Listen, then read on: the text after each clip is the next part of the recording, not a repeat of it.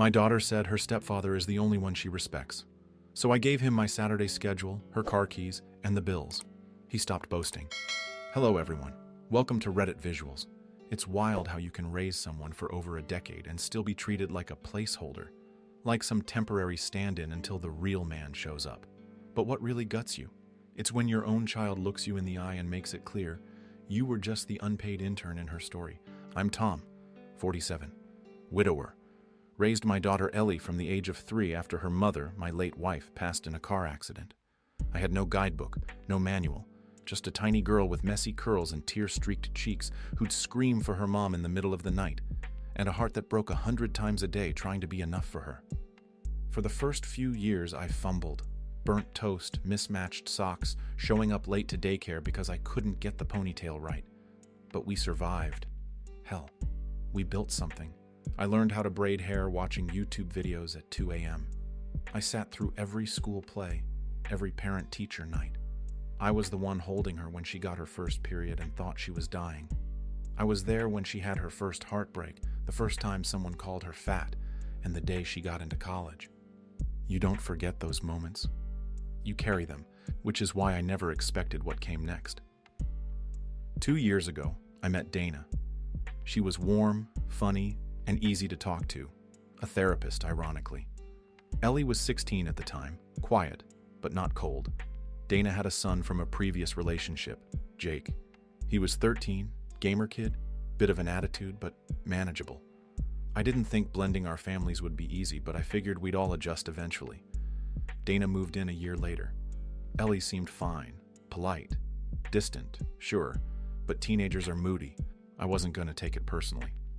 Until one night, I overheard her in the kitchen talking to Dana. She was giggling, laughing about how finally a real man lives here, and that Jake is more like a brother than I ever felt like a daughter to Tom. That hit me like a damn freight train. I didn't say anything at first. Maybe I misunderstood. Maybe she was just being a teenager. But once you hear it, you can't unhear it. You start noticing things. The way she stopped saying good night. The eye rolls. The way she'd light up when Dana's around and act like I was just furniture. I chalked it up to teen hormones, stress, whatever.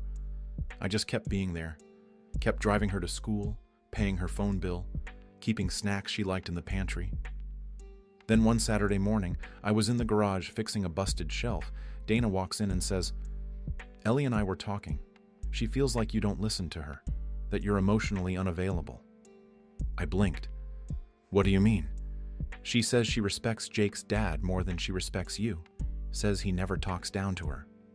Jake's dad. The guy who sees him once every 2 months, maybe? Buys him shoes to make up for missing birthdays? I said, okay. You know what? Fine. Dana's expression changed. Fine? I mean it, I said, wiping my hands on an old towel. If she respects him so much, let's see how that works. I didn't say it in anger. I said it in exhaustion, that quiet kind that wraps around your chest and settles in for the long haul.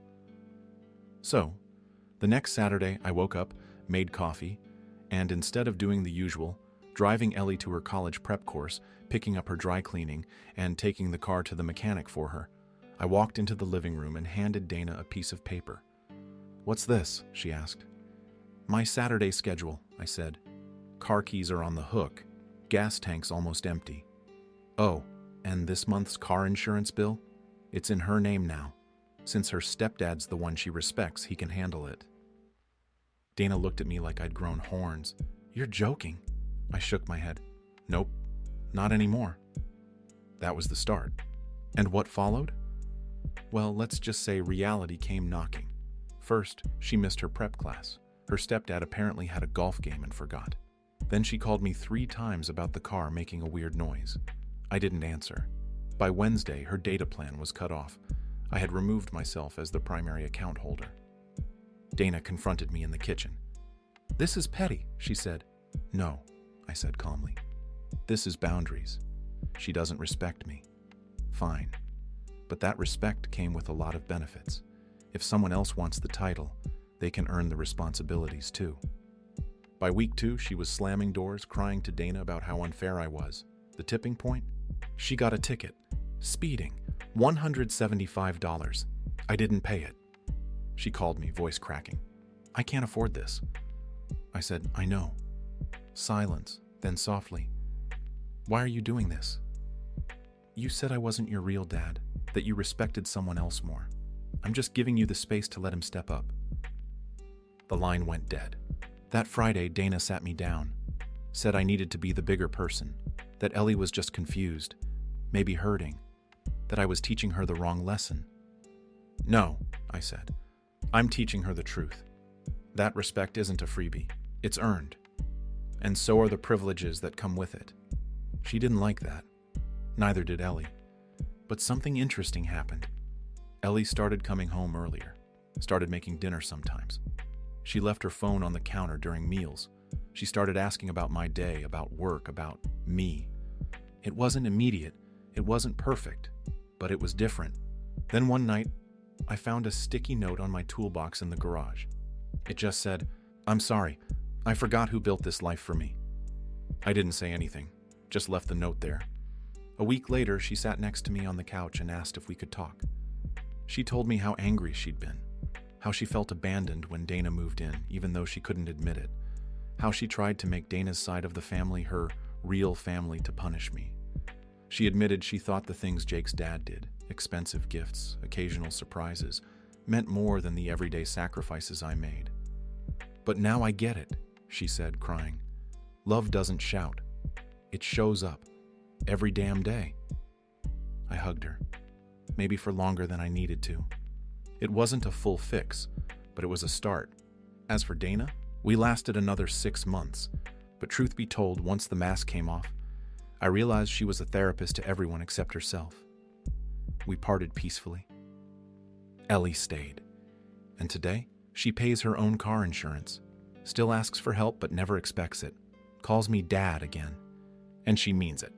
So, was I the a-hole for pulling away when my daughter said she respected her stepdad more than me? Or did I do what I had to do? Drop your thoughts in the comments. What would you have done? And if you enjoyed this story, please like and subscribe to help the channel grow.